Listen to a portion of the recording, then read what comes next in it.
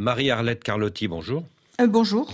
Pourquoi dites-vous qu'Emmanuel Macron a eu de bonnes initiatives, mais a montré une certaine arrogance et a été dépassé par les événements ?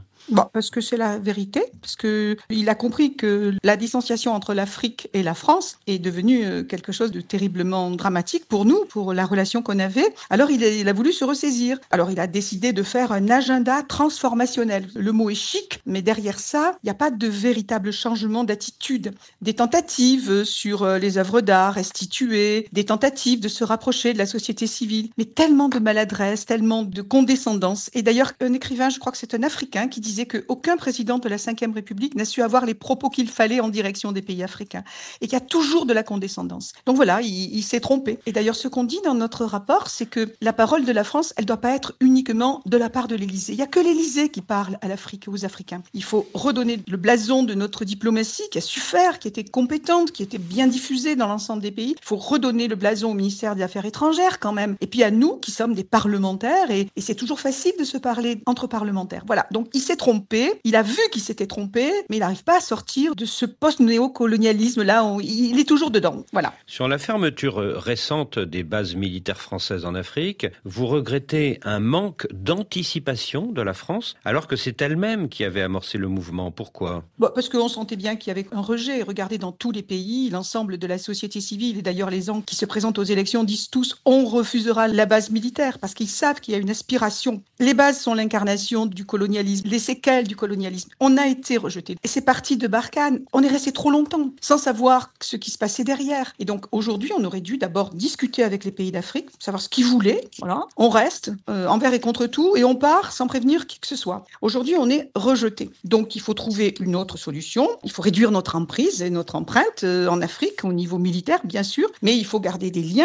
et voir au sein des ambassades qu'il y ait un correspondant défense parce qu'il faut continuer à avoir des relations en matière de défense. Il faut continuer à soutenir les populations lorsque cela est nécessaire. Donc voilà ce qu'on a voulu dire. On fait des choses sans en discuter avec les principaux concernés. Dans ce rapport que vous avez co-rédigé avec le sénateur LR Ronan Le Gleut et le sénateur centriste François Bonneau, vous y allez fort, vous écrivez « En perdant ses bases militaires, la France renonce à un élément de son statut de puissance moyenne de rang mondial, et cela notamment au bénéfice de la Russie. Est-ce que c'est irréversible ?»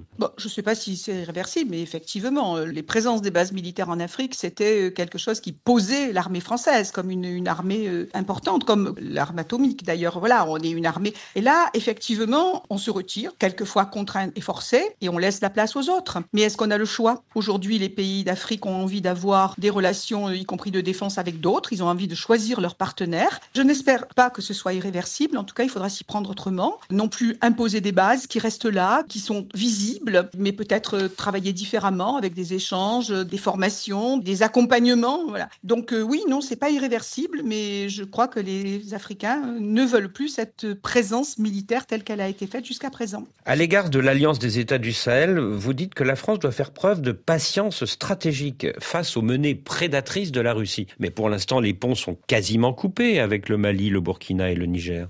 La patience, c'est que je crois qu'aujourd'hui, les pays d'Afrique, et notamment au Sahel, où on a eu des relations très, très étroites, ils n'ont plus envie de nous. Il y a un manque d'envie, là. Et ils sont allés chercher ailleurs, et notamment avec les Russes, et notamment pour se défendre eux-mêmes, et défendre d'ailleurs les juntes qui ont pris le pouvoir la plupart du temps. Le temps fera son affaire. C'est-à-dire qu'à force, ils auront compris la situation, ils auront compris que ça leur coûte beaucoup plus cher, ils auront compris qu'ils sortaient d'une dépendance pour se mettre dans une autre dépendance. Et du coup, soyons présents, soyons attentifs et soyons patients. Je ne voudrais pas que nos relations soient terminées avec le monde africain, l'Afrique en général et chacun des pays. En plus, moi, je suis très attachée au Mali, au Niger, enfin toute cette région où je suis allée souvent. Et je ne voudrais pas ça. Et j'espère que, chemin faisant, il y aura un regard en direction de la France, à condition que la France change d'attitude et de langage. Et vous écrivez que la France doit continuer à jouer sa partition en changeant de méthode et en s'appuyant sur des atouts toujours présents. Quels sont ces atouts ?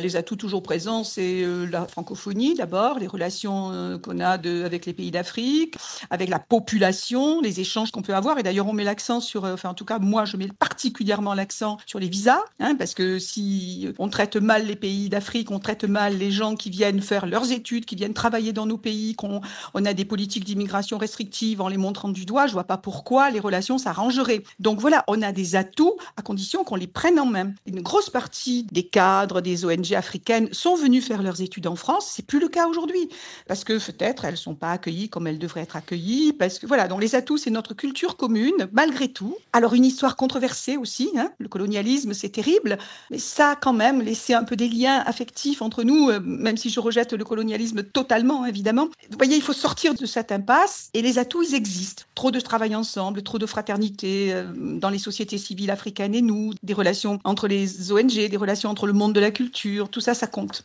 Par contre, ce qu'il faut faire aussi, c'est faire très attention à ce que les échanges économiques ne se fassent pas toujours au détriment des pays africains. Et c'est quand même un peu le cas. Vous dites que l'image de la France s'est dégradée en Afrique parce que la France s'est éloignée des sociétés civiles et s'est principalement adressée à des élites qui sont aujourd'hui très minoritaires ou écartées du pouvoir. Oui. Faut-il un autre narratif et lequel ? La France, vous le savez, elle a toujours défendu les valeurs des droits de l'homme. C'est normal, c'est le pays des Lumières, etc. Mais dans la réalité, c'est la réelle politique qui l'a complètement emporté. On dit qu'on est pour les droits humains et on s'affiche avec les dirigeants les plus autoritaires, les vieilles dynasties, etc. Au nom de la stabilité de la sous-région, donc on a eu des accommodements. Et la société civile ne peut pas le comprendre. Donc on doit continuer à exiger des valeurs, mais je crois qu'il ne faut pas exiger non plus des calendriers précis. Il faut rester sur nos valeurs démocratiques, des valeurs humaines, mais laisser faire les évolutions politiques, ne pas exiger les élections dans telle et telle forme et telle condition, et s'appuyer sur la richesse de la société civile, même si je sais que la société civile africaine a changé, je crois qu'on le dit dans le rapport, à notre détriment, sans que nous nous en rendions même compte. Voilà. Donc il faut reprendre date avec elle et parler un peu plus correctement aux Africains. Ne pas leur donner des leçons, ne pas faire des boutades scandaleuses comme l'a fait le président de la République en disant que tel chef d'État va arranger la climatisation. C'est des stupidités, vous voyez, mais qui pèsent lourd dans nos relations. Les réactions variables de la France sur les coups d'État au Sahel, la dénonciation au Niger, les yeux fermés au Tchad, vous dites que c'est une politique du double standard. Oui, c'est le double standard, ça veut dire 2 poids 2 mesures. On donne de nos côtés une leçon et on condamne, je n'aime pas les coups d'État, moi non plus. On condamne au Niger, on condamne au Mali et on s'accommode avec le Tchad. Donc je trouve que ça aussi, ça fait partie d'un double langage que la France ne doit plus avoir. Donc tout ça, c'est du narratif peut-être, c'est du comportemental peut-être, mais il faut changer les choses. Alors vous réclamez une politique plus généreuse en matière de visa, mais j'imagine que ça c'est un point de désaccord avec votre collègue sénateur LR Ronan Le Gleut, non ? Il a signé ce rapport, on y fait référence quand même dans ce rapport. Non, je crois que comme il est sénateur des Français de l'étranger, je crois qu'il comprend un peu les réalités. Et je pense qu'il est un peu plus souple que et il est d'accord là-dessus sur le fait qu'il faut assouplir la politique des visas. Peut-être pas autant que moi je le souhaiterais. Qu'est-ce que vous pensez du rapport de vos collègues députés Bruno Fuchs et Michel Tabarot qui proposent la mise en place d'un visa spécial pour les francophones ?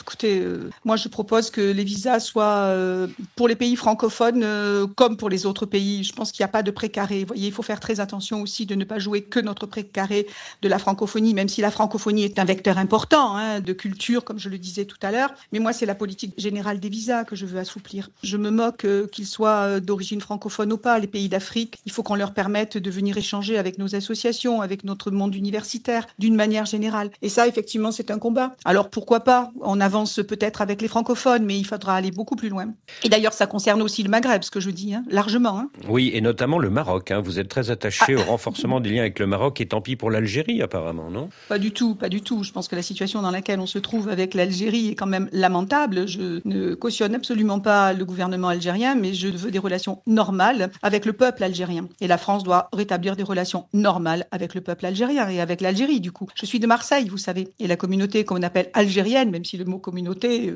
fait référence au communautarisme, ce qui n'est pas le cas, je suis sensible à ce que me disent les collègues qui sont ici sur le territoire français et qui ont la double nationalité. Voilà, donc oui, le Maghreb, on doit avoir des relations apaisées. Et ce qui est en train de se passer est assez dramatique. J'espère que ça va s'arranger. Mais dans vos conclusions, vous parlez beaucoup plus du Maroc que de l'Algérie. Ouais, peut-être. Je ne sais pas. Peut-être. Madame la sénatrice, merci. Merci beaucoup.